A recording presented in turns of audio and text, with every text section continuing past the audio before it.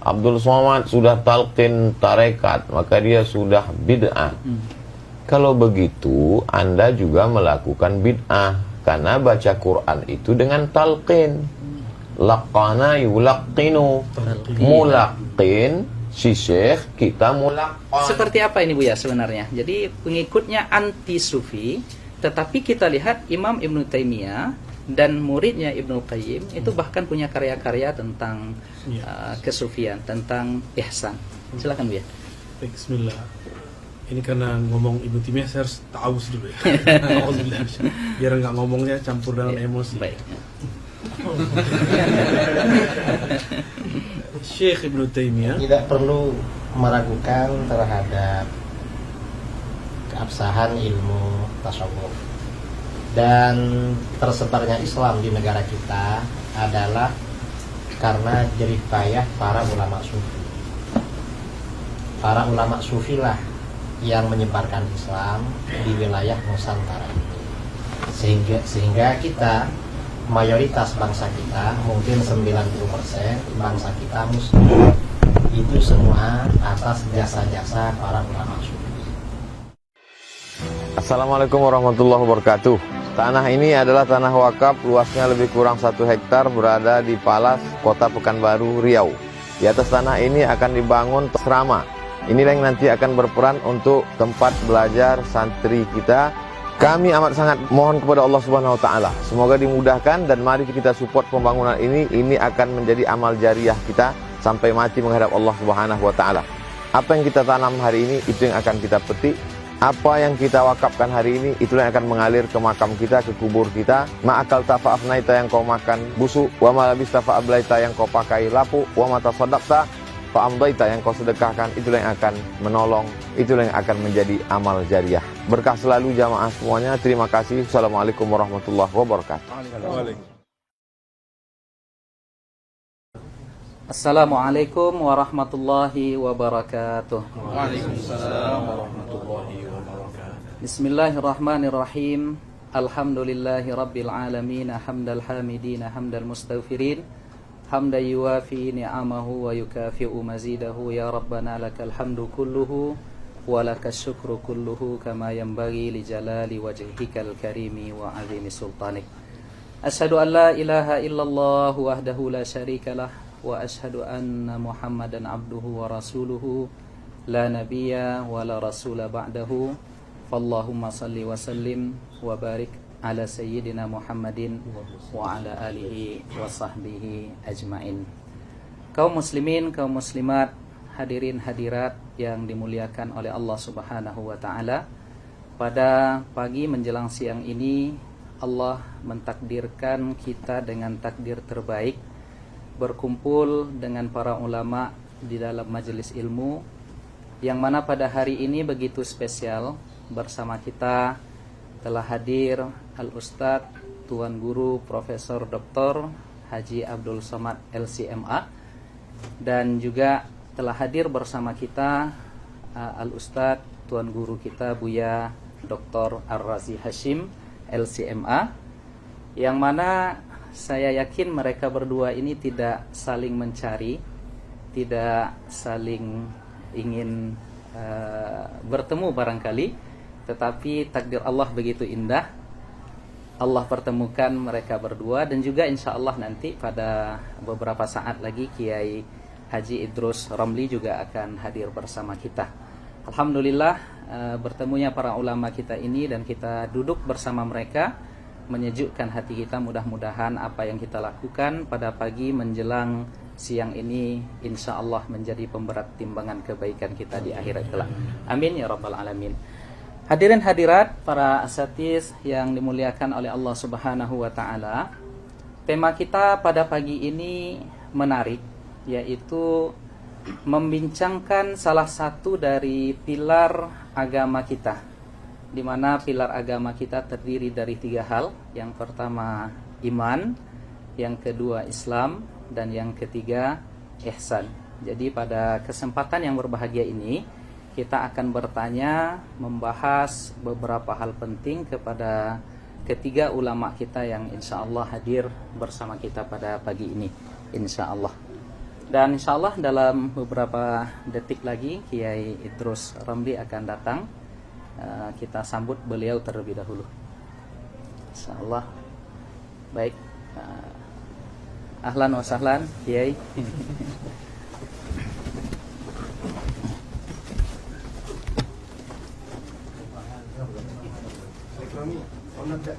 Nabda min al-awwal.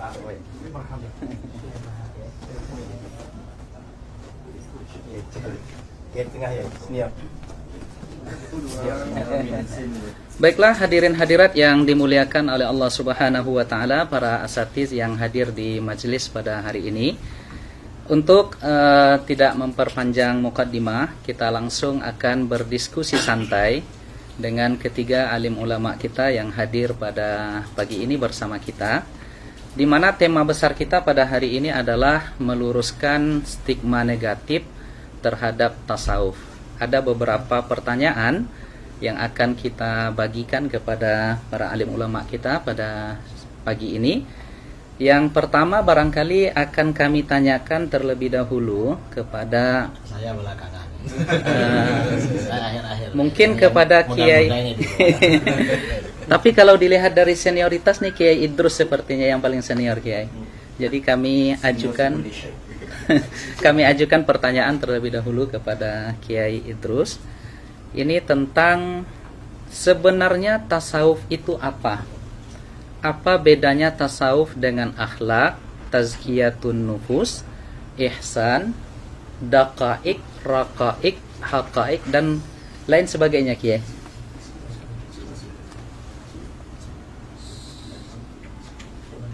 Ya, Assalamualaikum warahmatullahi wabarakatuh. Waalaikumsalam warahmatullahi wabarakatuh. Tasawuf itu nama satu disiplin ilmu. Dibilang akhlak ya memang akhlak, dibilang ihsan ya ihsan, kemudian dibilang raqaik juga raqaik, ya terserah. Cuma yang populer memang tasawuf, dan orang-orangnya disebut sufi.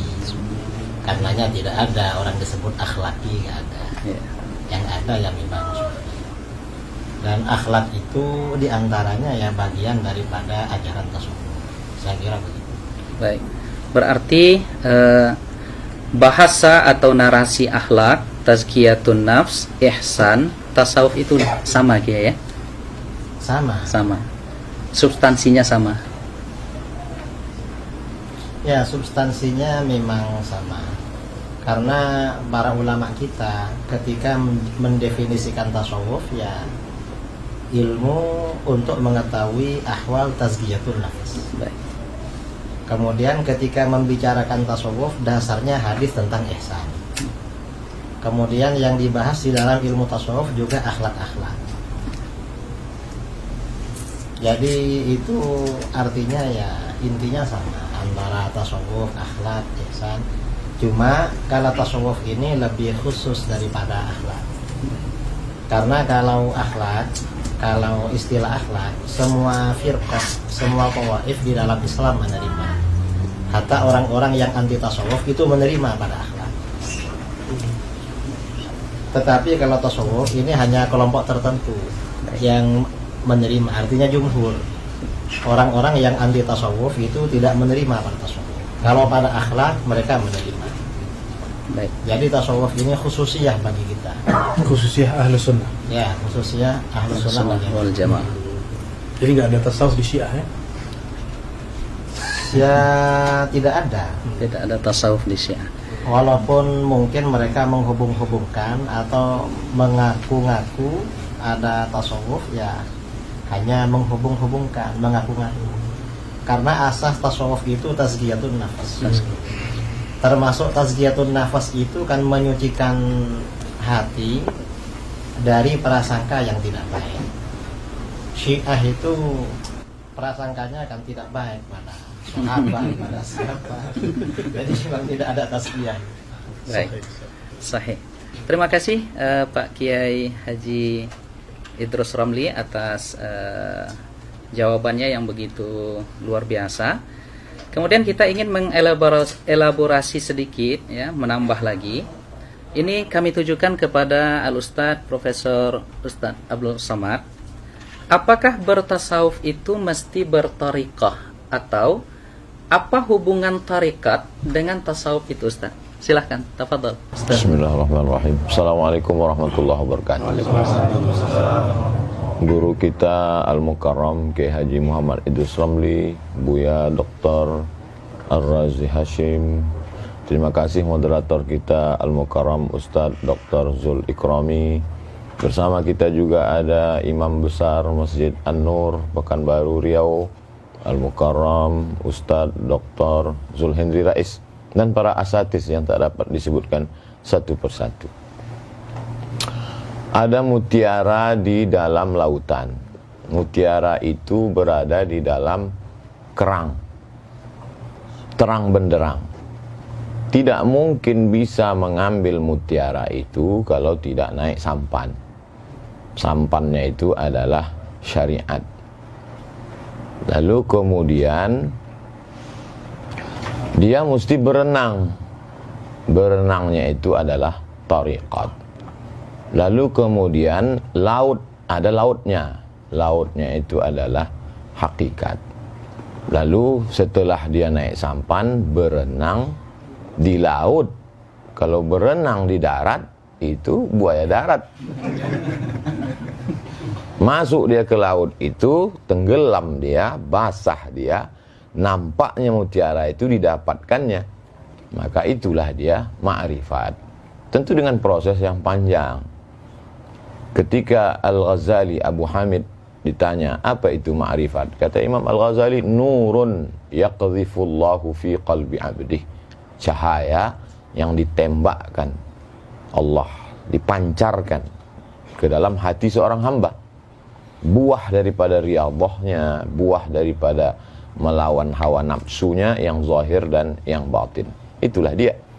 Lalu kemudian apapun nama kapalnya, ada kapalnya kebetulan dinakhodai oleh Syah Al-Imam Bahauddin Naqsyabandi, maka kapal itu namanya kapal Naqsyabandiyah.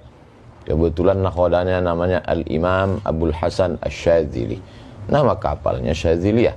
Kebetulan nama nakhodanya Al-Imam Abdullah Asy-Syattari, nama kapal itu Syattariyah. Nama nakhodanya Muhammad bin Abdul Karim Samman, nama kapalnya Sammaniyah. Semua kapal-kapal ini berada di lautan La ilaha illallah Muhammadur Rasulullah. Maka insya Allah akan sampai. Jadi yang tidak sampai, yang tidak melewati jalan, atau dia bersikut-sikutan di jalan itu, maka itu yang tidak sampai. Makanya ketika para masyayikh itu bertemu, maka mereka bertemu karena memang diawali dari, kalau kata Al-Imam Syekhul Islam Zakaria Al-Ansari, kata dia ini adalah ilmun, suatu ilmu yu'rafu bihi, dengan ilmu ini bisa diketahui ahwali tazkiyatin nafs. Setelah tazkiyatin nafs, tasfiyatil akhlaq. Setelah itu ta'miriz zahir wal batin. Puncaknya adalah linailis sa'adatil abadiyah. Jadi kalau ada orang mengatakan saya tidak bertarekat, langsung saja kita tanya nama dia. Nama kau siapa? Nama saya, kebetulan dia orang Melayu, Atan misalnya. Berarti dia sudah membuat namanya tarekat Ataniyah. Dia membuat jalan sendiri. Kalau saya tak sanggup, saya membuat jalan. Maka dalam akidah saya ikuti jalan Al-Imam Abul Hasan Al-Asy'ari. Dalam masalah fiqih saya ikuti jalan Al-Imam Muhammad bin Idris Asy-Syafi'i. Dalam masalah tasfiyatil qalb, saya ikuti jalan Al-Imam Bahauddin An-Naqsyabandi. Lebih selamat. Wallahu a'lam. Terima kasih Prof. Abdul Somad atas analogi yang luar biasa tentang tariqah, hakikah, dan ma'rifat tadi. Sekarang kita kepada Abuya Dr. Ar-Razi Hashim, masih turunan tentang pertanyaan tadi. Jadi jika begitu Buya, jadi tariqah itu sesungguhnya apa? Lalu yang kedua, di dalam tariqah itu ada istilah yang kita dengar, yang jamak kita ketahui, yaitu istilah suluk. Nah, kemudian selanjutnya kita juga mendengar ada bai'at terhadap torikoh tertentu. Nah, ini bagaimana sesungguhnya, Bu ya? Dipersilahkan. Izin Pak Kiai. Ya. Izin Syekh Musa. Ya, betul. Ada kata suluk ya, ada bai'at, Ada bai'at, torikoh. ada torikoh. Tadi sudah sangat gamblang disebutkan torikoh itu jalan. Jadi kalau bahasa saya sederhana, mau jadi dokter tapi nggak kuliah, bisa nggak? Nggak bisa. Nggak bisa. Nggak bisa. Mau usul kepada Allah tapi tidak bertorikoh. Nah, dalam torikoh itu seperti tadi Syekh Abdul Somad mengatakan ada renangnya, ada cara berlayarnya. Cara itu disebut metodologi. Metodologi itu kemudian diturunkan dalam bentuk suluk. Kemarin masih ingat kita waktu duha kemarin baca kitab Tartibus Suluk. Suluk. Suluk dalam kitab itu bukan suluk dalam pengertian awam. Pengertian awam suluk itu i'tikaf 10 hari, 40 hari. Enggak, semua thariqah punya metodologi tazkiyatun nafs atau tasfiyatul ahwal atau ma'rifatullah. Metodologinya itu kemudian diturunkan dalam sebutan suluk. Maka suluk artinya menempuh jalan. Menempuh jalan. Mansalaka tariqan. Jadi pasangannya pasti tariqan. Nah, di situ ada yaltamisu bihi ilman. Nah, ilmu ini macam-macam. Ada ilmu billah, ada ilmu bighairillah. Kita bagi dua aja. Nah, tariqah itu suluk ila tariqillah. Suluk jalan, menempuh jalan kepada Allah Subhanahu wa taala. Supaya ada komitmen. Misalnya kita kuliah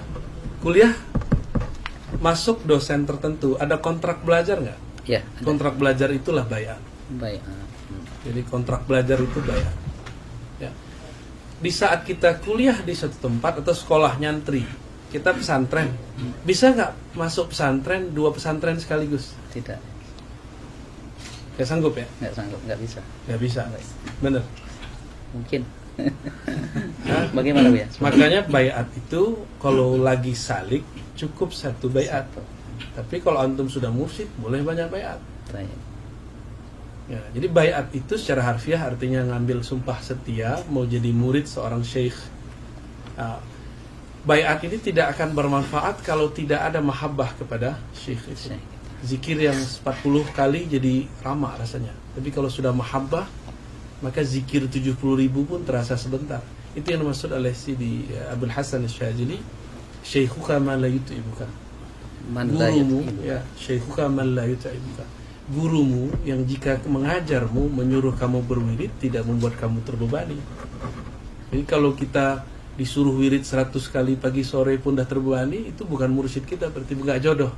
Bukan berarti makom dia bukan sampai makom mursyid. Kitanya nggak mahabbah sama orang itu. Maka untuk suluk supaya tidak keluar-keluar, tidak balik-balik, perlu ada bai'ah. Namun dalam pemahaman saya sekarang, bai'at itu kan hakikatnya kepada Nabi, khulafa, ya, kemudian terakhir nanti Imam Mahdi. Maka sekarang itu bai'at thariqat itu intinya sebenarnya adalah at-talqin. Ngambil talqin, ngambil kurikulum zikir. Jadi bukan bai'at dalam pengertian bai'at sia-sia, ya, bukan bai'at pemerintahan. Maka boleh dibatalkan, boleh. Antum kalau mau ganti guru silakan. Boleh saya tuh, Bu ya. Boleh nggak ganti sekolah? Pindah sekolah boleh? Pindah sekolah boleh ya. Boleh pindah kampus? Boleh. Sama, pindah guru itu sama kayak pindah kampus. Terakhir, kurikulumnya sama. Misalnya Syekh Abdul Somad Naqsyabandi. Syekh terus apa nih? Pak Kiai. Syazali. Ta'addudiyah. Syaziliyah ya? Syazali. Oke. Di Torikoh ini Khasah. Ada kopi. Nanti BPN. namanya sama. Sekolah itu sama-sama kurikulumnya kurikulum A, B. Yang beda siapa? Gurunya, bukan bangunannya. Maka at-thariqah itu yang aham itu bukan nama thariqatnya, bukan nama manhajnya, tapi man mursyiduhu. Siapa mursyidnya? Nah, itulah inti dari thariqah bai'at. Ya, penjelasan yang luar biasa rekan-rekan sekalian yang dimuliakan oleh Allah. kita tambah lagi dan semakin kesini semakin menarik. Ya, saya ingin ke Profesor Ustadz Abdul Somad lagi. Jadi jika demikian adanya tentang thariqah, tentang suluk dan lain sebagainya, ini mengapa Ustadz di dalam setiap thariqah itu zikirnya berbeda-beda dan mengapa ditalkinkan? Silakan Ustaz. Saya dengan Al-Mukarram Dr. Zulhendri Rais berjumpa dengan Syekh Muwaffaq Mursyid Syadziliyah yang juga muhaddis karena banyak ijazah hadis, murid dari Syekh Badruddin Al-Hasani. Syekh, kenapa amalan zikir ini, tarekat ini berbeda? Ini kok berbeda? Kata beliau, seorang mursyid syekh mengambil dari sunnah, dari hadis. Makanya kalau dilihat aurat, zikir-zikir mereka itu, kalau dicari nanti di dalam kutubus sunan, tetap ketemu. Yang sebagiannya ilham. Tentu zikir kan ada ma'surat, ada ghairu ma'sur. Lalu kemudian, mana yang menurut dia paling mudah untuk muridnya, atau setelah istikharah dia, atau ilham yang dia peroleh, itulah yang dia susun, dia ajarkan kepada murid-muridnya. Jadi dalam hal ini saya mengutip saja, menukil. Karena saya tidak alim dalam bidang itu, lebih aslam, lebih selamat mengutip.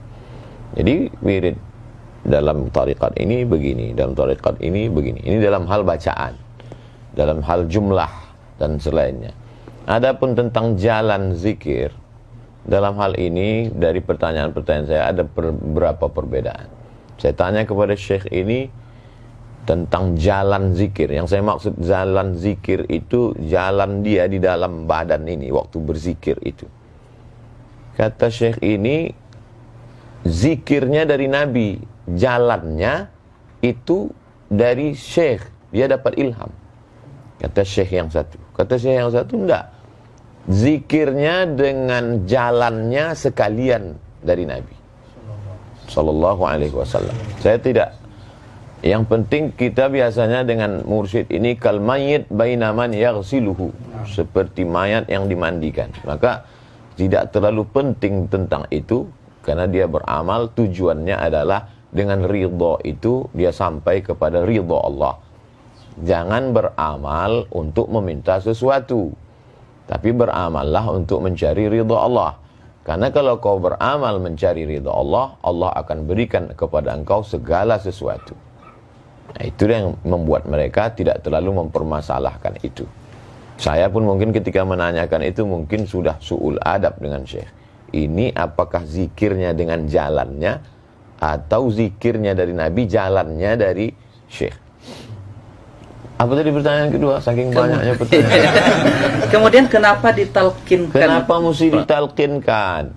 Kalau ada orang mempermasalahkan, Abdul Somad sudah talqin tarekat, maka dia sudah bid'ah.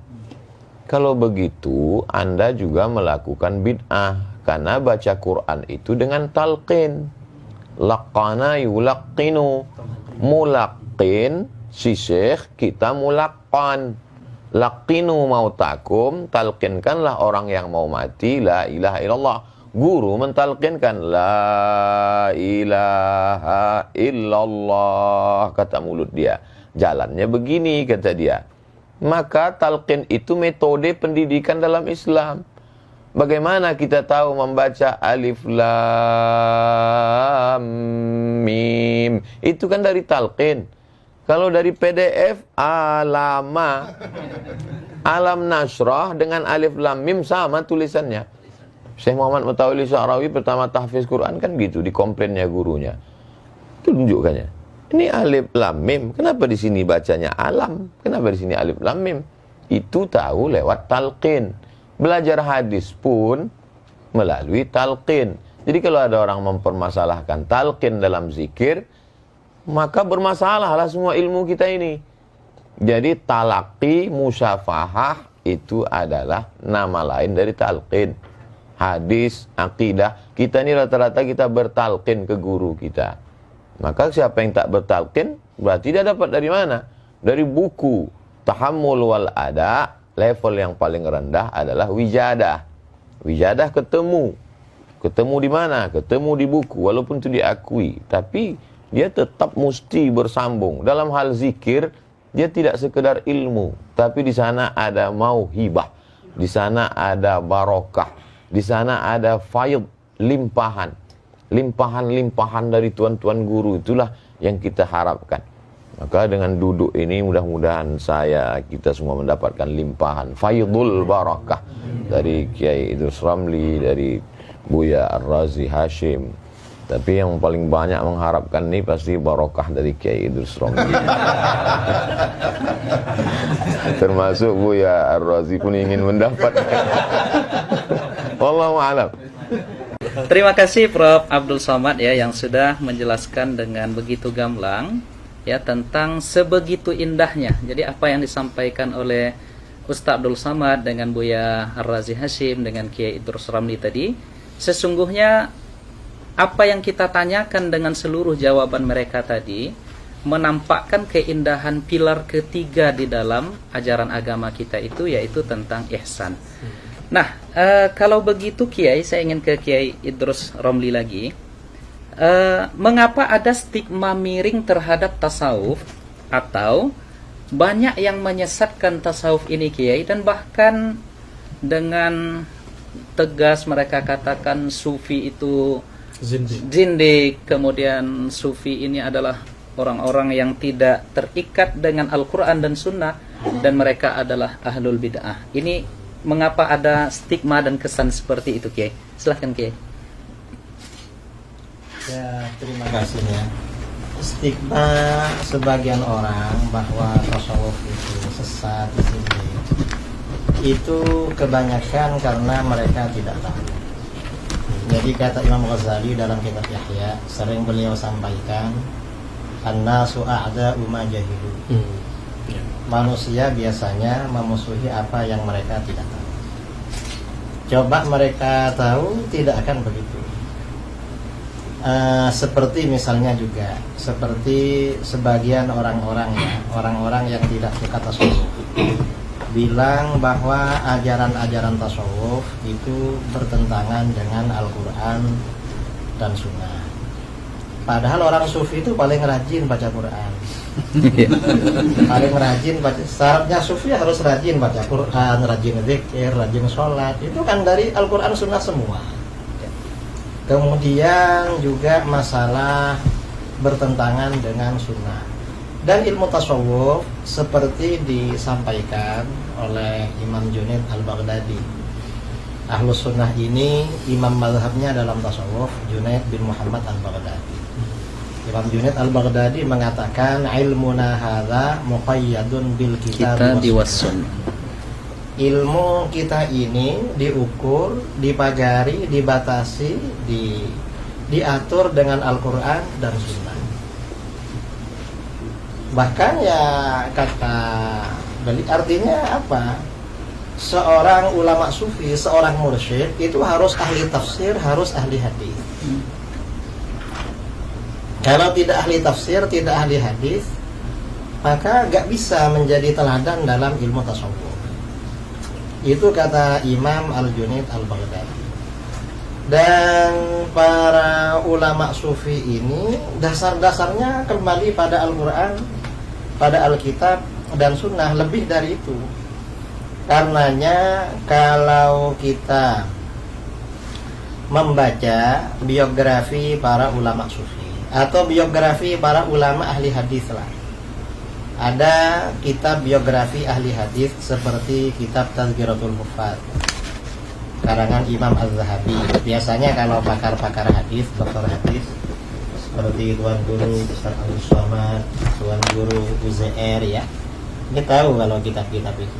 Tahu ini dokternya hadis Pak? Bukan. Hadas.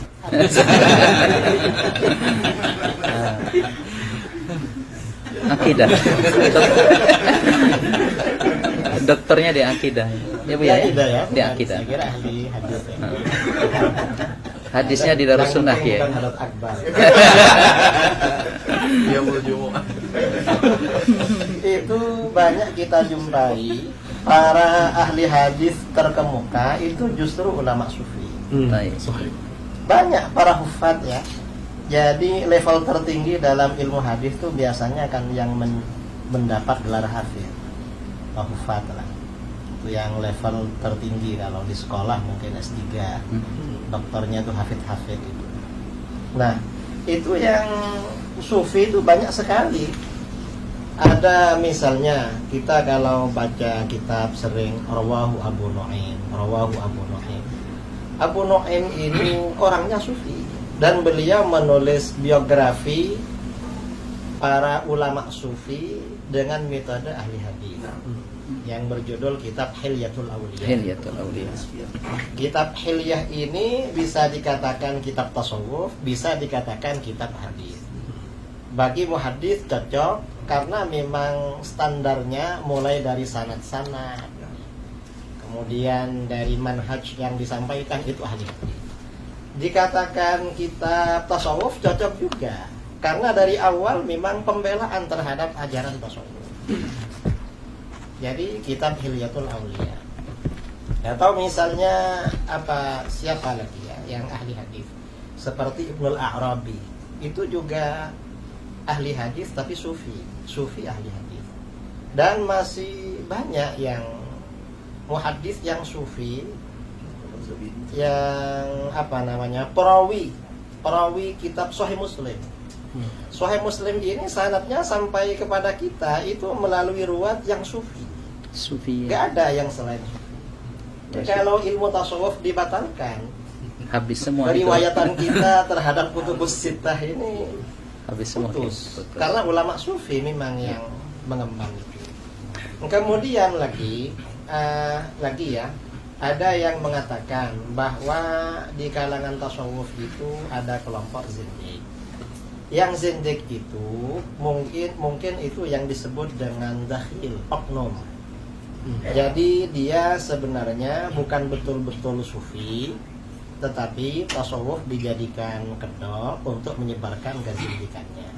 Nah, untuk oknum-oknum seperti ini bukan hanya di kalangan sufi, di kalangan ahli hadis ada juga.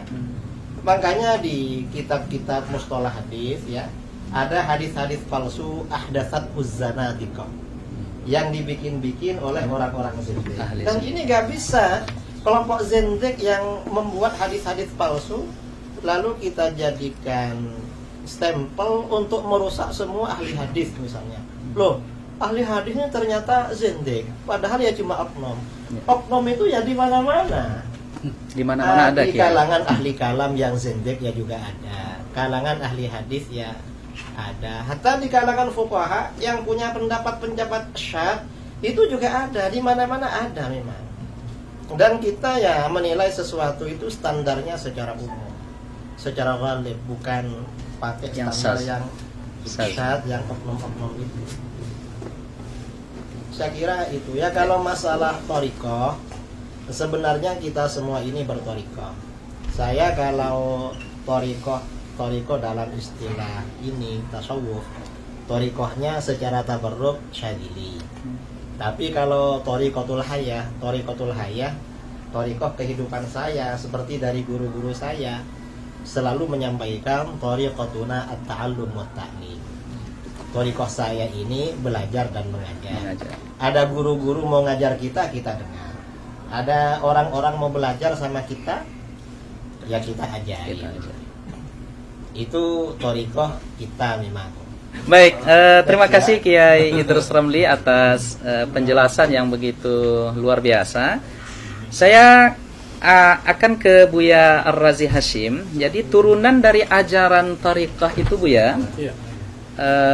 Dan kita sering diserang di sini.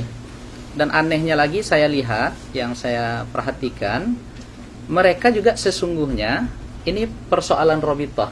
Jadi ada yang menyerang kita dalam persoalan robitoh, tetapi sesungguhnya mereka berrobitoh.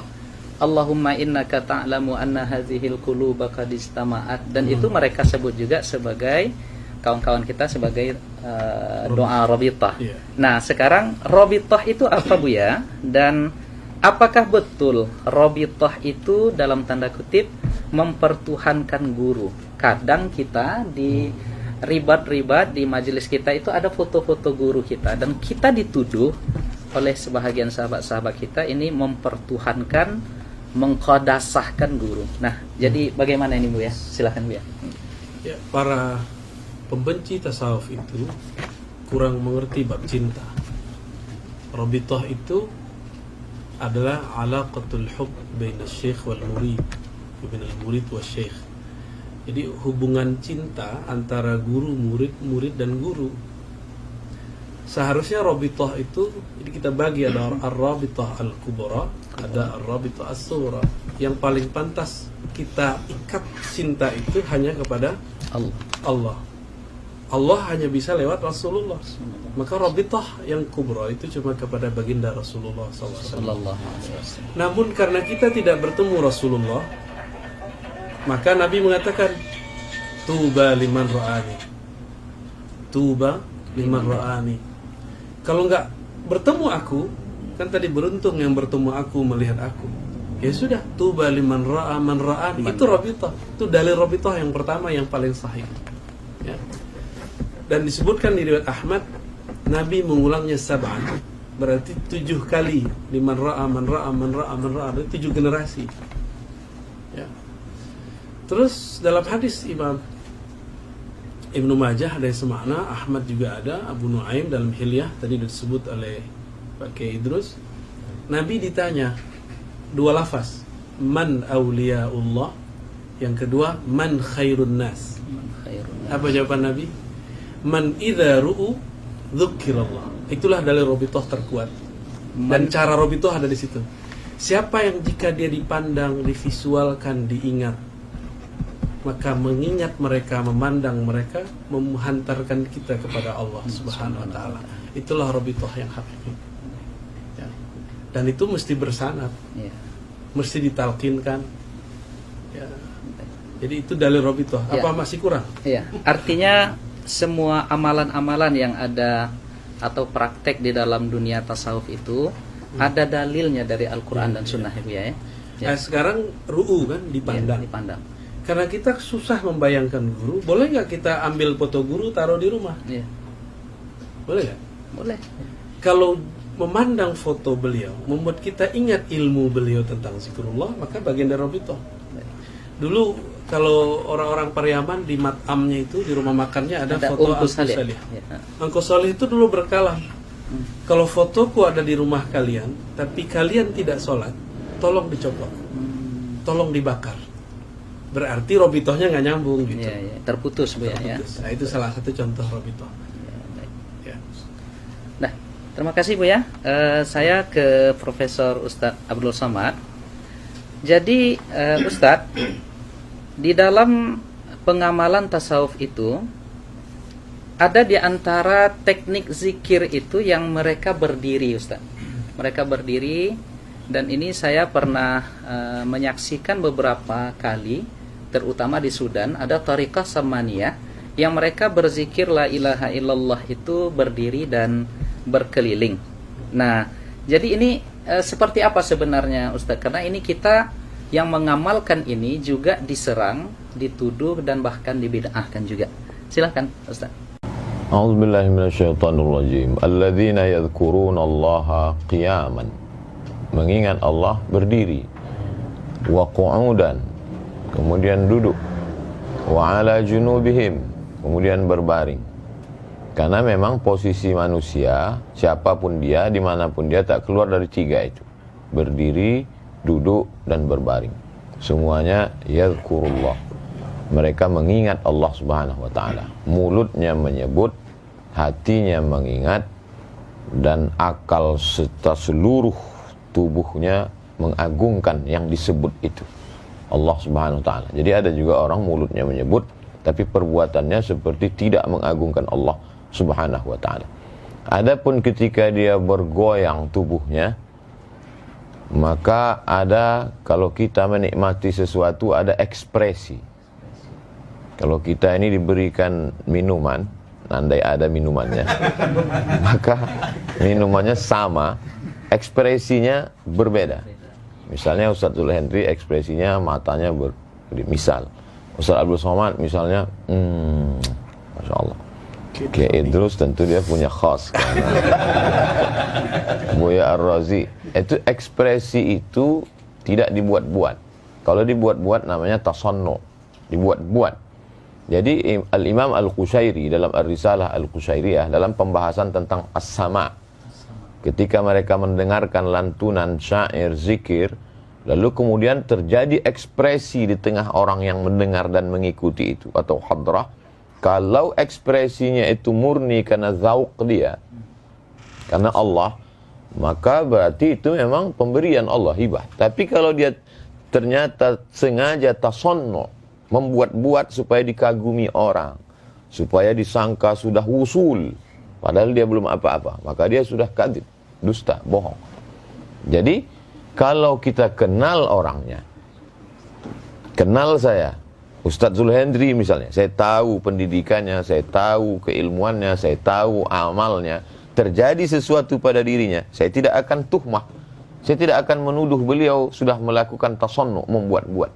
Tapi kalau ada yang jahil, kita sudah tahu, itu kekeliruan adalah ketika menghukum generalisir, diambil sampelnya si jahil tadi. Itu secara ilmiah tidak benar. Kita mau meneliti Masjid Ar-Rahman. Apakah masjid ini cukup standar menurut standar Kota Pekanbaru dan Riau? Lalu ketika kita sholat Jumat di sana, pulang, sendal kita hilang. Lalu yang kita ungkap di seminar adalah sendal hilang itu. Itu kita tidak adil. La yajrimannakum syana'anu qaumin ala alla ta'dilu. Jangan karena kebencian kepada pengurusnya, mungkin jadwal khutbah pernah dicoret, lalu membuat kita tidak bersikap adil dan mengambil sampel yang salah itu. Bukankah Goldziher menolak hadis? Dia katakan itu hanya produk abad kedua, hanya karena dia melihat beberapa kekeliruan kecil yang diluruskan oleh Syekh Muhammad Mustafa A'zami.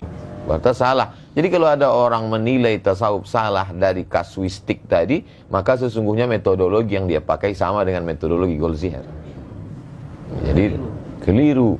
Jadi dalam hal tentang dia menggoyangkan kepala atau menetes air matanya adalah ekspresi terhadap zauk, cita rasa.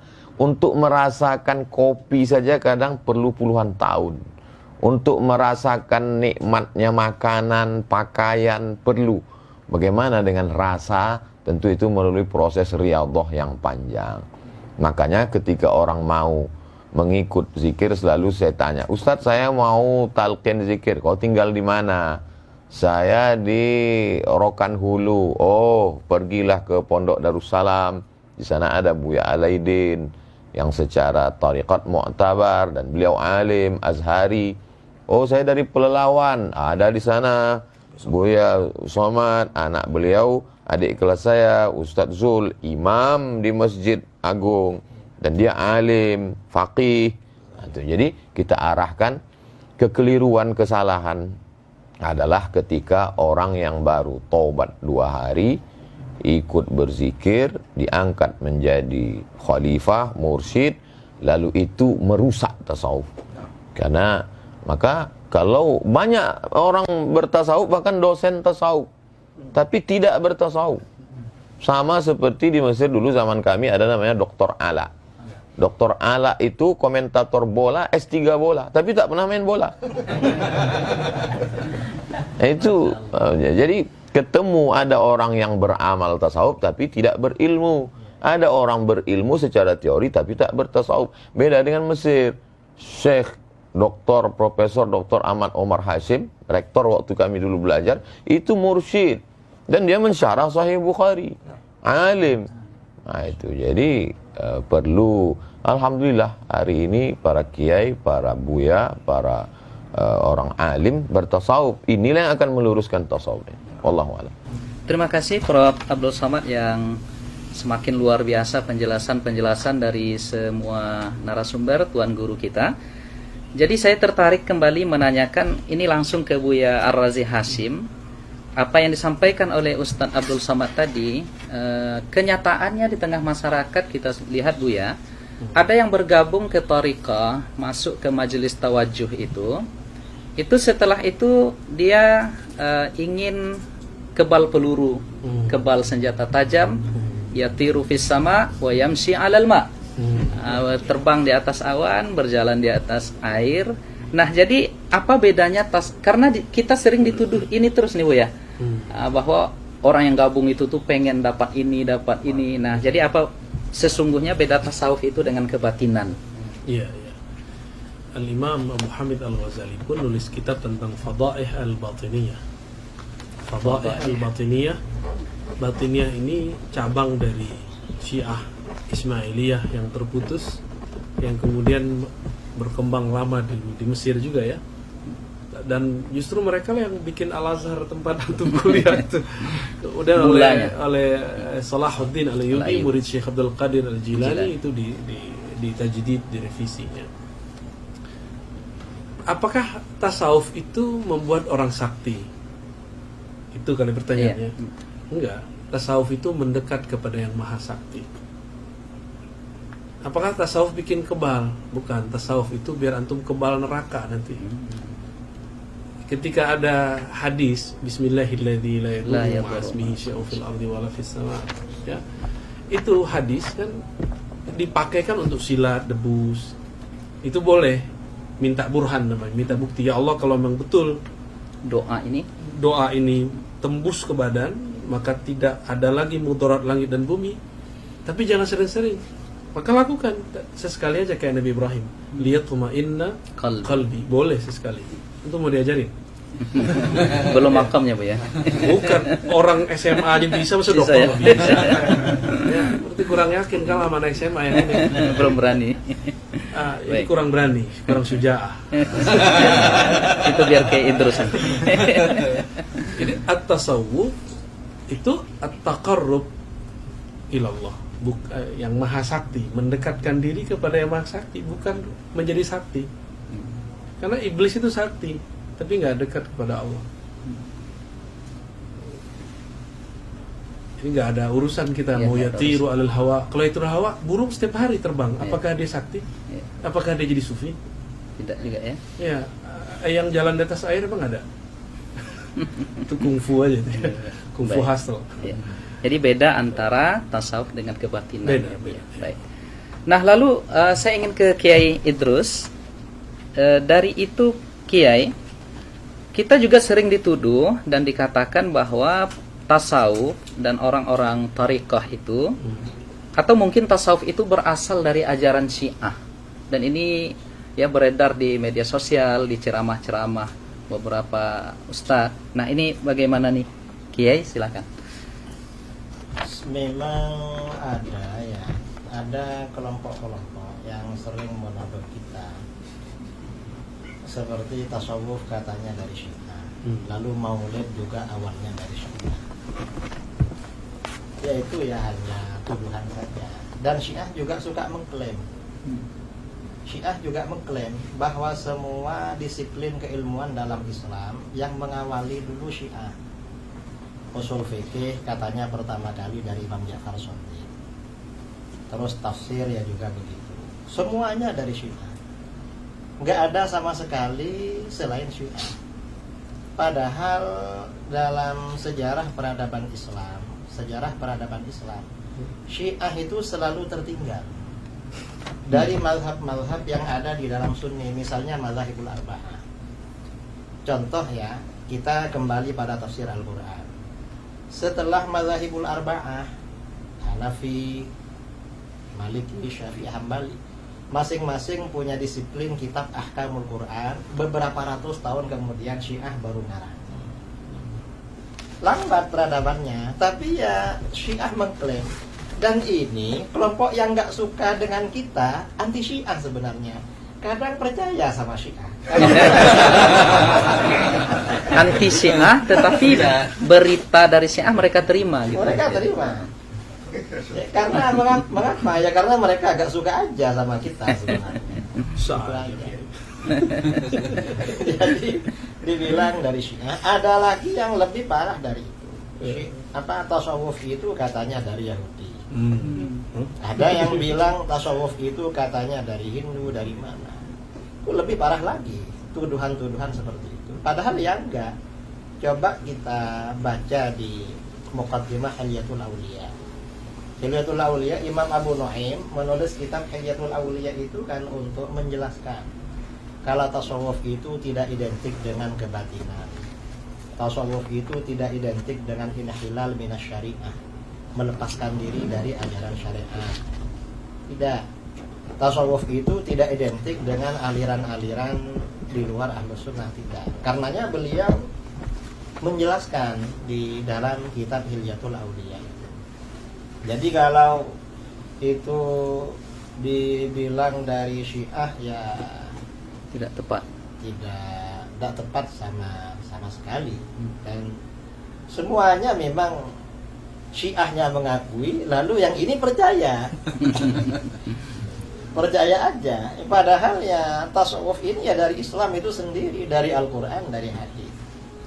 Kalau kita mempelajari tasawuf, misalnya kitab Ihya karangan Imam Al-Ghazali. Kitab Ihya ini kajian utama di pondok-pondok, termasuk kurikulum wajib. Kalau tidak mengajarkan kitab Ihya berarti pondoknya najis.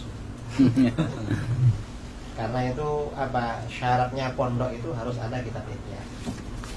Coba baca di kitab Ihya. Hampir semua abwab di kitab Ihya itu dalilnya qala Allah Ta'ala. Lalu setelah itu wa amal ahadits. Setelah itu amal athar. Enggak ada pernyataan misalnya qala Syiah. Enggak ada begitu.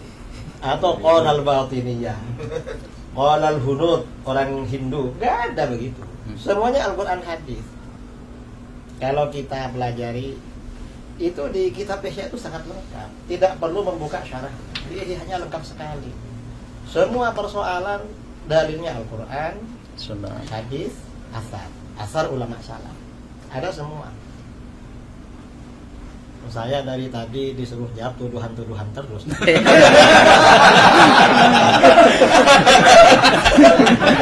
Moderator ya. Karena memang Kiai Idrus ini selama ini kita perhatikan menangkis subhat itu beliau Masya Allah. Maka kita arahkan kepada beliau. Baik. Baik, terima kasih Kiai. Saya ingin kembali ke Prof. Ustadz Abdul Somad. Sebagaimana yang diuraikan di awal oleh Kiai Idrus Ramli tadi, tariqatuna hadhihi muqayyadatun bil kitabi was sunnah. Jadi tidak ada di dalam pengamalan tasawuf, di dalam kehidupan orang-orang sufi itu yang inhilal minas syariah, yang melenceng dari aturan syariah. Nah, sekarang kita dituduh Ustadz, ya. Katanya seorang sufi apabila telah yakin sampai makrifat, ya itu bahasa mereka, itu diperbolehkan meninggalkan kewajiban-kewajiban syariat. Apa benar begitu, Ustaz? Mohon pencerahan. Ada seorang wali Allah, dia punya murid-murid. Murid itu pun diambil dari bahasa tasawuf. Arada yuridu, murid, orang yang punya keinginan yang kuat. Begitulah kuatnya pengaruh tasawuf di Indonesia. Sampai yang tidak ikut tasawuf pun disebut juga murid. Jadi bagi yang tidak suka tasawuf itu susah sekali. Nanti di sekolahnya tidak boleh pakai murid. Bid'ah. Nah, itu. Lalu kemudian murid-murid ini dia bawa ke majelis yang dikatakan wali tadi. Dia sedang berada di dalam masjid, sedang berzikir. Begitu mereka sampai, tiba-tiba yang dikatakan wali di dalam masjid tadi meludah di dalam masjid. Ya busuku, meludah. Langsung dia membawa murid-muridnya pulang. Ayo kita pulang, ini bukan wali Allah, tapi wali syaitan. Kenapa? Karena mukhalafat, meludah dalam masjid itu bertentangan dengan sunnah. Itu disebutkan Imam Al-Qushairi yang kita baca Ramadan tahun lalu. Jadi betapa mereka berpegang kepada sunnah. Kemudian ada satu kitab yang ditahqiq oleh Syekh Abdul Halim Mahmud. Beliau dianggap sebagai sufi modern, menjabat Syekhul Azhar, dapat gelar doktor dari Sorbonne, Prancis. Dosen pembimbingnya Louis Massignon, Louis Massignon tulisannya. Dalam kitab itu dia bercerita tentang ungkapan-ungkapan mereka. Idza ra'aitar rajul, kalau kau lihat ada orang yatiru fil hawa, terbang di atas awan. yamshi 'alal ma', berjalan di atas air. La taghtar, jangan tertipu. Tapi pandanglah bagaimana istiqomahnya dia dengan syariah. Lalu kemudian kalau engkau masuk ke dalam hutan, sampai di dalam hutan itu tiba-tiba burung-burung yang di atas pokok kayu itu mengucapkan salam. Assalamu alayka ya abdas samad. Maka pandanglah hatimu. Kalau dalam hatimu ada rasa bangga, oh akulah wali Allah, berarti kau sedang tertipu, maghrur. Tapi lihatlah, kalau dalam hatimu ada rasa khasyah, khauf, takut kepada Allah, berarti itu memang datang. Jadi fenomenanya boleh sama, tapi efeknya terhadap diri. Jadi dia lebih banyak melihat dirinya, lebih banyak melihat ke dalam. Tuba liman syaghalahu aibuhu an uyubin nas. Lalu kemudian bagaimana seseorang itu berpegang kepada ikatannya. Ikatannya itu adalah Al-Quran dan Sunnah. Kenapa mereka itu sanad terjaga sampai hari ini? Karena mereka mengikat dirinya dengan Quran, Sunnah, dan orang yang mengamalkan Quran dan Sunnah itu. Orang-orang tasawuf ta'zimnya ke guru luar biasa. Saya perhatikan mereka sebelum majelis. Kalau kita kan baca Fatihah li jami'il mu'minin wal mu'minat muslimin wal muslimat al ahya'i minhum wal amwat min masyariqil ardi ila magharibiha. Selesai satu Fatihah. Kalau kita tengok mursyid-mursyid itu, untuk syekh ini satu Fatihah, untuk syekh ini. Maka mereka ingat nama silsilah itu. Kenapa mereka mudah mengingat sanad itu? Karena dikiriminya Fatihah satu-satu. Karena dia ingat susunannya, urutannya. Dan mereka itulah yang menjaga sanad itu. Itu salah satu bukti mereka berpegang dengan Quran dan Sunnah. Dan juga orang-orang yang mengamalkan Quran dan Sunnah itu. Wallahu a'lam bishawab. Terima kasih Prof. Uwas yang sudah menguraikan kepada kita dengan uraian yang juga sungguh luar biasa. Kemudian saya ingin langsung ke Buya Ar-Razi dulu, ya, karena kita lihat kajian-kajian Buya Ar-Razi ini banyak mengokohkan pilar yang ketiga ini tentang tasawuf, tentang kerohanian. Jadi sesungguhnya Buya, jika ada 3 pilar ini, apakah seorang Muslim itu wajib bertasawuf? Mau jawab langsung Pak, jawab muter-muter? Langsung Bu ya. Muter dulu dikit nggak apa-apa. Kalau Pas, ya. Al-Islam melahirkan ilmu fikih. Fikih ini kemudian melahirkan banyak mazhab yang kemudian Allah seleksi jadi 4. Tanpa bermazhab, tanpa berfikih, kita tidak tahu sholat kita sah atau batal. Lalu Imam Ghazali ditanya apa perbedaannya antara fikih dengan tasawuf. Kalau fikih ma'rifatus sihhah, mengetahui yang sahih ataupun yang batil, sedangkan tasawuf ma'rifatul qabul warrad. Jadi terima tidak diterima itu para sufi sudah ada indikatornya, bisa dicek dan itu jelas ilmiah. Mengetahui sholat saya diterima oleh Allah atau tidak. Jadi kalau ahli fikih bilang hanya Allah yang tahu sholat terima, berarti dia belum belajar tasawuf. Kalau dia sudah belajar kitab Ihya Ulumuddin yang tadi disebut Kiai Idrus, itu mereka akan mengerti bahwa sholat saya pasti diterima nih, atau tidak diterima. Namun diterima pun dia tetap istighfar. Kenapa? Sebagus-bagus sholat kita tidak akan pernah sama dengan sholat Nabi. Sallu kama ra'aitumuni usalli. Maka Nabi kasih kalam yang indah. Itu tashilan lana wa rukhsatan lana. Kama ra'aitumuni. Nabi enggak mengatakan sallu kama usolli. Itu kan gawat kalau begitu. Bisa-bisa enggak sholat kita. Tapi kama ra'aitumuni, sebagaimana engkau memandang, melihat. Mandang Nabi enggak? Tidak, langsung. Maka kita mandang orang yang punya sanad kepada Nabi. Bersanad kepada Nabi secara zahir, itulah mazhab fiqih. Lalu Nabi mengajarkan, kalau engkau sholat, bacalah wajjahtu. Itulah qalbu. Ketika takbir, kecilkan dirimu. Itulah ajaran ruhani Nabi. Maka kalau kita bersolat, cuma belajar rukun 13, tapi tidak belajar rukun khusyuk, antum sampai mati juga gak khusyuk. Kusut aja ya. Jadi bagi saya, belajar tasawuf itu wajib. Karena itu pilar Islam, iman, ihsan. Ihsan itu wajib gak? Iya, wajib. cara untuk ihsan tuh tasawuf. Cara tasawuf tuh tarekat. Ma la yutimmu bihil wajib illa bihi fahuwa wajib. Ya. Baik. Terima kasih Buya. Ada 2 atau sekitar 3 pertanyaan lagi ya dalam 5 menit ke depan. Saya ingin ke Prof Uwas dulu. Jadi serangan lagi untuk karena ini sifatnya pertanyaan, tidak lagi tuduhan-tuduhan. Karena ini tidak tuduhan-tuduhan lagi, tidak syubhat lagi. 2 pertanyaan terakhir ini, Bro. Jadi seperti apa sesungguhnya ya tasawuf itu dalam pengamalan salafus saleh? Ada nggak di masa salaf itu ya salafus saleh yang bertasawuf? Karena katanya ini tidak sesuai dengan manhaj salaf dan lain sebagainya. Mohon penjelasan dari Uwas. Khairul qurun qarni, sebaik-baik abad adalah abadku. Tsummal ladzina yalunahum. Kemudian satu abad sesudah itu. Tsummal ladzina yalunahum. Kemudian satu abad sudah itu. 3 abad inilah yang disebut dengan salaf. Jadi kalau ada orang mengaku guru kami dari kalangan salaf, ada di masjid, kata dia. Jadi kita pun terkejut-kejut. Kok bisa guru kau tuh hidup sampai sekarang? Jadi tentang Imam Ahmad bin Hanbal. Imam Ahmad bin Hanbal itu salaf karena meninggalnya tahun 241. Datanglah seorang perempuan bertanya ke Imam Ahmad bin Hanbal, apa hukumnya menjual kain tenun?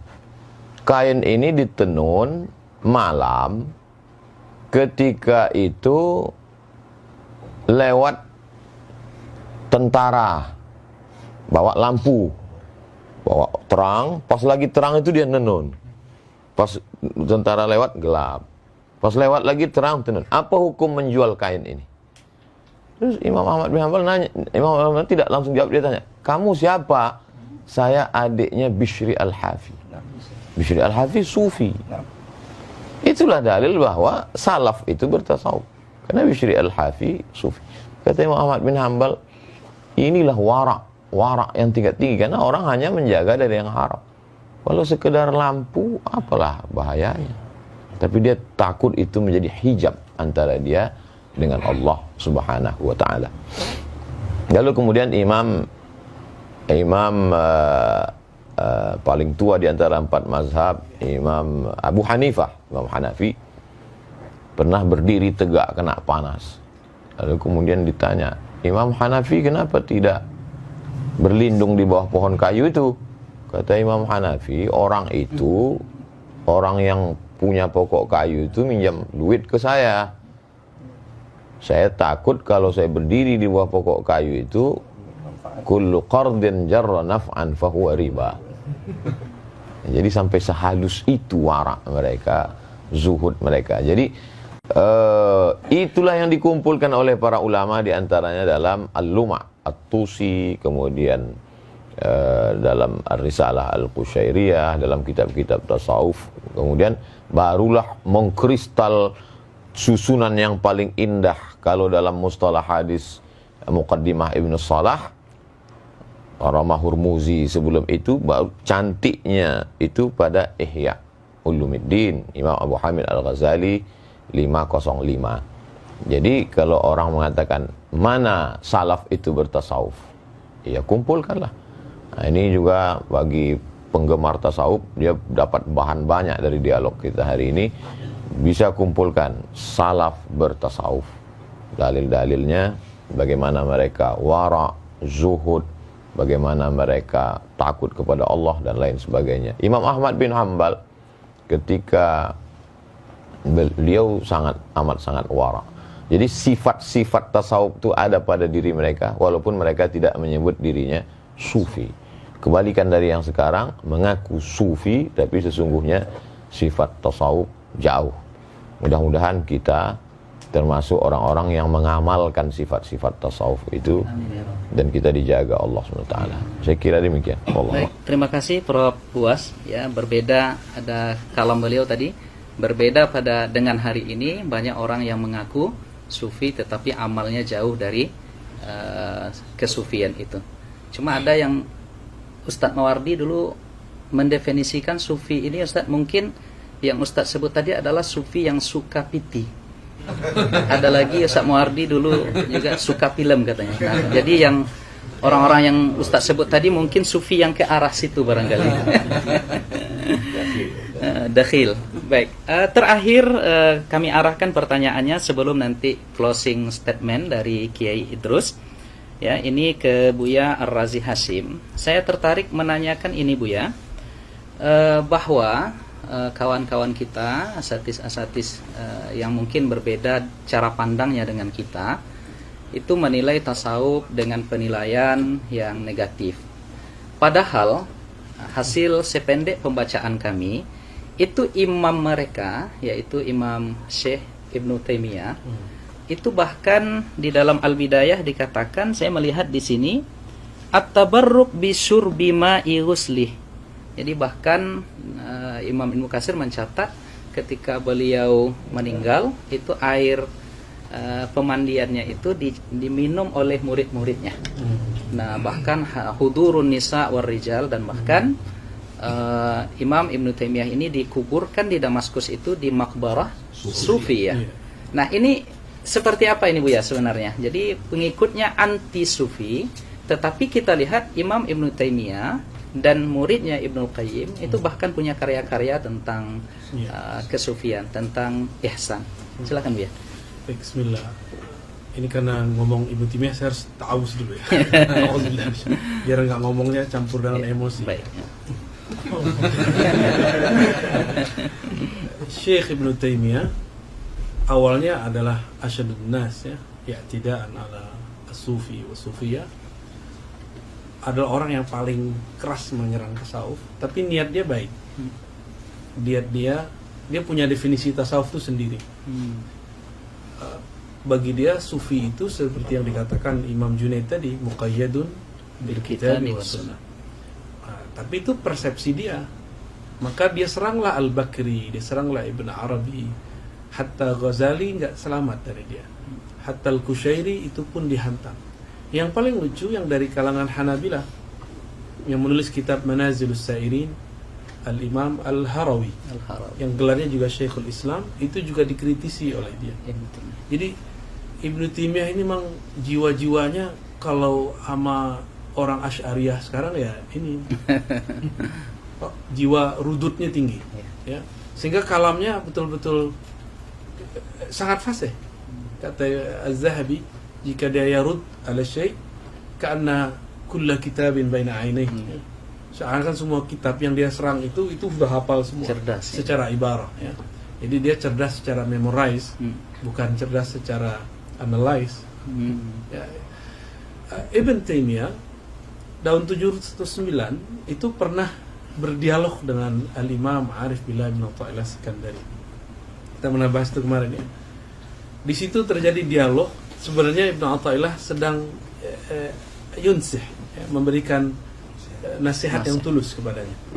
Tapi dipahami oleh Zahabi, Ibnu Katsir sebagai syadidan ala Syekhul Islam, orang yang keras kepada Syekhul Islam. Emang begitu. Jadi dari dulu antum kalau mau menjawab tuduhan salafi dianggap kita memfitnah.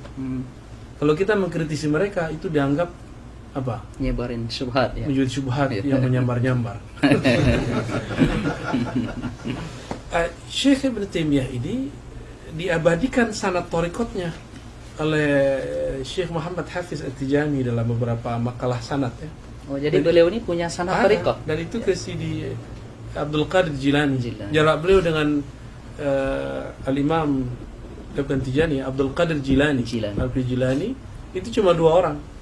Beliau berguru kepada, seingat saya namanya Abu Muhammad, kemudian dari Ibn Qudamah langsung daripada Syekh Abdul Qadir Jilani. Jadi Ibn Qudamah itu datang dengan Ibnul Jauzi ke Baghdad 40 hari sebelum wafat Syekh Abdul Qadir Jilani. Hari ke-40 dia wafat, suluk mereka selesai. 40 hari mereka 40. Maka Imam Ibnul Jauzi mengerti isi Ihya. Ibnu Qudamah pun kemudian menulis tentang abab Tazkiyatun Nufus dalam beberapa risalahnya ya. Ibn Taimiyah nyambung kepada Syekh Abdul Qadir Jilani. Maka dalam Majmu' Fatawa ada 2 jilid beliau menyebut Syekh Abdul Qadir dengan Sidi Syekh. Sidi Syekh. Terjemahannya apa? Tuan guru.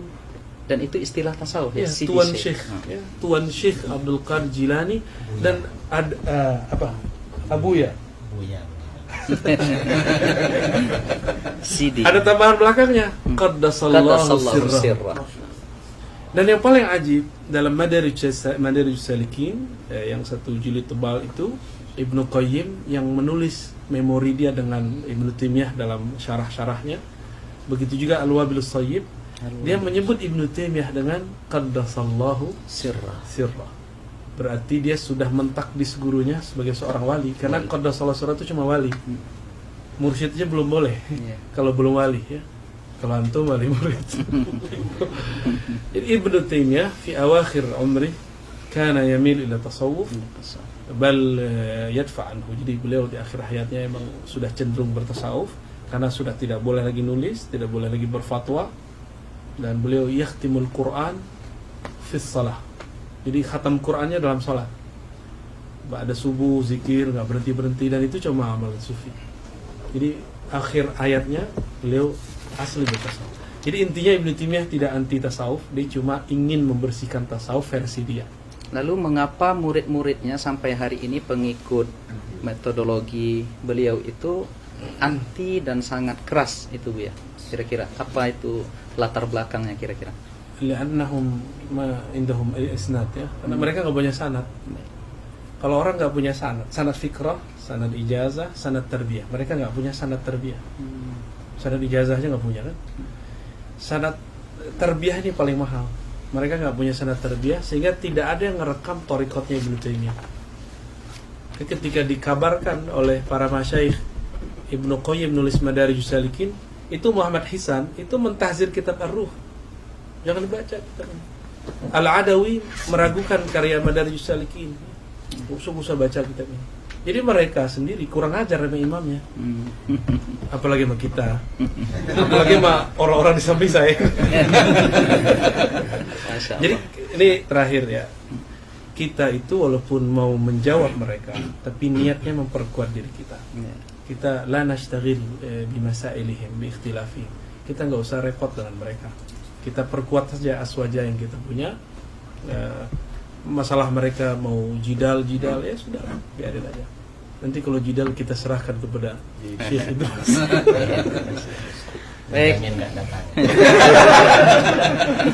Baik, terima kasih Buya Razi Hashim ya, dengan segala informasi berharga yang beliau sampaikan kepada kita tentang sisi lain dari Al-Imam atau Syekh Ibnu Taimiyah. Kita masih menyebutnya imam, kita masih menyebutnya Syekh. Sebagaimana disampaikan oleh Buya tadi, murid-murid beliau sudah menganggap beliau pula menjadi seorang wali dengan ungkapan Qaddasallahu sirrah. Artinya ujung-ujungnya kita yang ingin mencintai tasawuf ini adalah kebeningan kalbu. Maka kita tidak punya rasa benci kepada siapapun.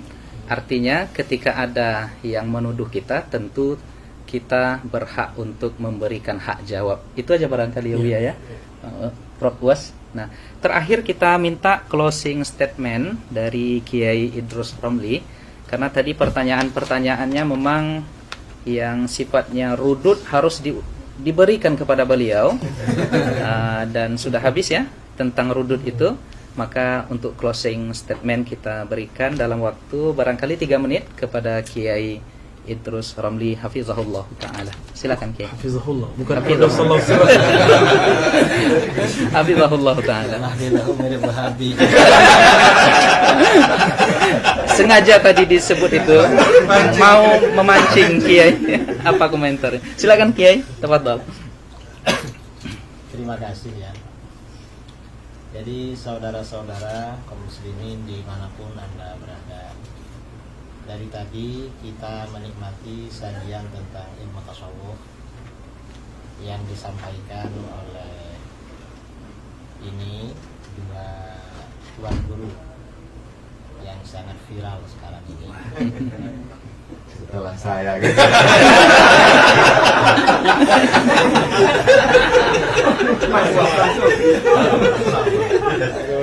Ada ujungnya. Tuan Guru UAS, kemudian juga di samping saya Buya Dr. Al-Wazi Hashim, dan beliau semuanya dokter. Saya gurunya dokter. Saya ini kawannya. Dokter pilih ijazah. Maju saja. Bahwa ajaran tasawuf itu adalah ajaran Islam yang murni dan sumbernya dari Al-Quran, hadis, serta pengamalan generasi salaf sejak para sahabat dan generasi berikutnya. Itu ajaran tasawuf. Dan tasawuf ini merupakan satu di antara 3 pilar dalam Islam yang tidak dapat terpisahkan. Kalau di dalam hadis yang terkenal dengan hadis Jibril, ada iman, ada Islam, ada ihsan. Iman ini kemudian di dalam agama kita ini diterangkan oleh para ulama dalam ilmu akidah, ilmu tauhid. Kemudian Islam, kemudian menjelma menjadi ilmu fikih. Dan ihsan menjelma menjadi ilmu tasawuf atau ilmu akhlak. Kalau tasawuf ini tidak ada, berarti terdapat kekurangan dalam diri seorang muslim, karena salah satu pilarnya tidak lengkap. Ini masalah tasawuf. Dan tasawuf ini bukan teori, tetapi lebih pada pengamalan. Karenanya para ulama ketika mendefinisikan tasawuf, definisinya beda-beda. Karena yang mereka definisikan itu sesuai dengan ahwal atau apa yang dicapai, yang dirasakan oleh masing-masing. Karena memang tasawuf itu lebih pada pengamalan daripada teori. Karena itu kaum muslimin ya dimanapun berada, ya tidak perlu meragukan terhadap keabsahan ilmu tasawuf. Dan tersebarnya Islam di negara kita adalah karena jerih payah para ulama sufi. Para ulama sufi lah yang menyebarkan Islam di wilayah Nusantara ini. Sehingga kita, mayoritas bangsa kita, mungkin 90% bangsa kita muslim, itu semua atas jasa-jasa para ulama sufi. Kita bersyukur kepada Allah Subhanahu wa Ta'ala, cinta kepada para ulama sufi. Kalau Al-Fakir sendiri, Al-Fakir ya bukan sufi. Bukan sufi dalam arti yang diterangkan dalam ilmu tasawuf. Kalau seperti kita ini ya mungkin muhibbin. Kita ini menjadi penggemar ya, menjadi penggemar pecinta kaum sufi, itu sudah bagus sekali. Kalau kita ini menjadi sufi betulan seperti para ulama sufi yang dulu-dulu, ya mungkin ya bukan makomnya. Kita ini hanya makom pencinta sufi. Saya kira seperti itu. Dan saudara-saudara gak perlu ragu-ragu dengan kebenaran tasawuf. Kalau ada orang-orang yang tidak suka dengan tasawuf, menuduh-nuduh atau bilang sesat, bilang apa, itu gak perlu didengar. Karena mereka, yang jelas mereka tidak masuk dalam dunia tasawuf dan bukan orang-orang sufi. Saya kira itu dari saya, mungkin mewakili dari 3 narasumber, 2 saya dan 2 kawan ini ya, termasuk mewakili diri sendiri. Idrus dilawan. Saya kira itu dari saya. Kurang lebihnya mohon maaf. Assalamualaikum warahmatullahi Waalaikumsalam warahmatullahi wabarakatuh. Masya Allah, rekan-rekan sekalian, para asatiz, para hadirin hadirat yang dimuliakan oleh Allah, keterangan-keterangan, penjelasan dan uraian yang disampaikan oleh ketiga pendekar aswaja ini luar biasa. Saya tidak akan menyimpulkan apapun yang mereka sampaikan. Tetapi sebagai penutup dari moderator, saya teringat dan diingatkan oleh beberapa kawan tadi. Dulu ada 3 orang Asy'ariyah sezaman. Yang pertama namanya adalah Al-Imam Ibnul Baqillani. Itu gelarnya digelari pada masa itu dengan Bahrun Mawrik, ya. Beliau ini ibarat lautan yang menenggelamkan. Kemudian ada Al-Imam Abu Bakar Ibnul Fawrak, ya. Ini gelar beliau adalah Sallun Mitrak, ya. Pedang pemukul besi. Jadi luar biasa hujah-hujah beliau sezaman dengan Imam Ibnul Baqillani. Dan ada lagi disebut oleh Imam Nawawi, beliau ini adalah Al-Ustadz Abu Ishaq Al-Isfirayini. Nah, ini gelar beliau adalah Narun Tuhrik.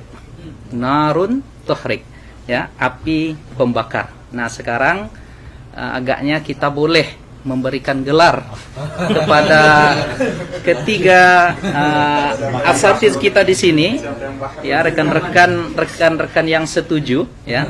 Yang pertama kepada Buya Ar-Razi Hashim kita gelari dengan Barqun Lami', ya.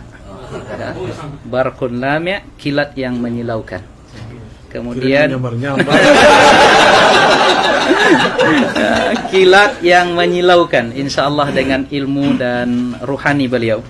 Kemudian kepada Yai Idrus, karena beliau biasanya garang, ya, untuk merudut segala, ya, mengkonter segala pemahaman-pemahaman yang keliru, kita gelari sebagai Asadun Qami', yaitu singa pemberangus.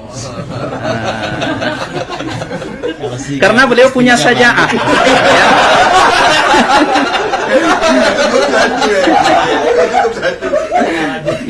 Karena beliau punya saja'ah, ya, terus punya saja'ah yang mungkin belum diamalkan oleh Prof Uwas dan Buya.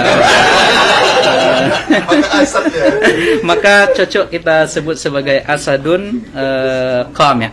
Kemudian terakhir kepada Uwas kita berikan gelar Saifun Qati', pedang tajam. Luar biasa, ya, anekdot para alim ulama kita ini yang, ya, sesungguhnya bercanda tetapi ada hikmah-hikmah yang luar biasa dari jawaban-jawaban mereka. Kita bermohon kepada Allah Subhanahu wa taala, semoga Allah kumpulkan kita dengan Sayyiduna Muhammad sallallahu alaihi wasallam di surganya dan diberikan nikmatnya pandangan kepada Allah Subhanahu wa taala kelak di surga, kita mendapatkan ridha darinya. Dan tentunya kita yang berkumpul di sini dan siapapun yang melihat video ini mudah-mudahan diberikan kasih sayang oleh Allah Subhanahu wa taala, dan kita ungkapkan, ya, kepada mereka dan kepada yang hadir semuanya bahwa kita mencintai mereka karena Allah Subhanahu wa taala. Demikian acara kita, diskusi kita pada pagi ini yang mengumpulkan 3 pendekar aswaja, yang mudah-mudahan ini memberikan pemahaman yang baik kepada seluruh yang mendengarkan. Dan banyak maaf dari kami yang membawa acara ini. Kita tutup dengan doa kafaratul majlis. Subhanallahumma bihamdika asyhadu an la ilaha illa anta astaghfiruka wa atubu ilaik. Wa barakallahu fikum. Semoga Allah jaga kita semuanya. Wassalamualaikum warahmatullahi taala wabarakatuh.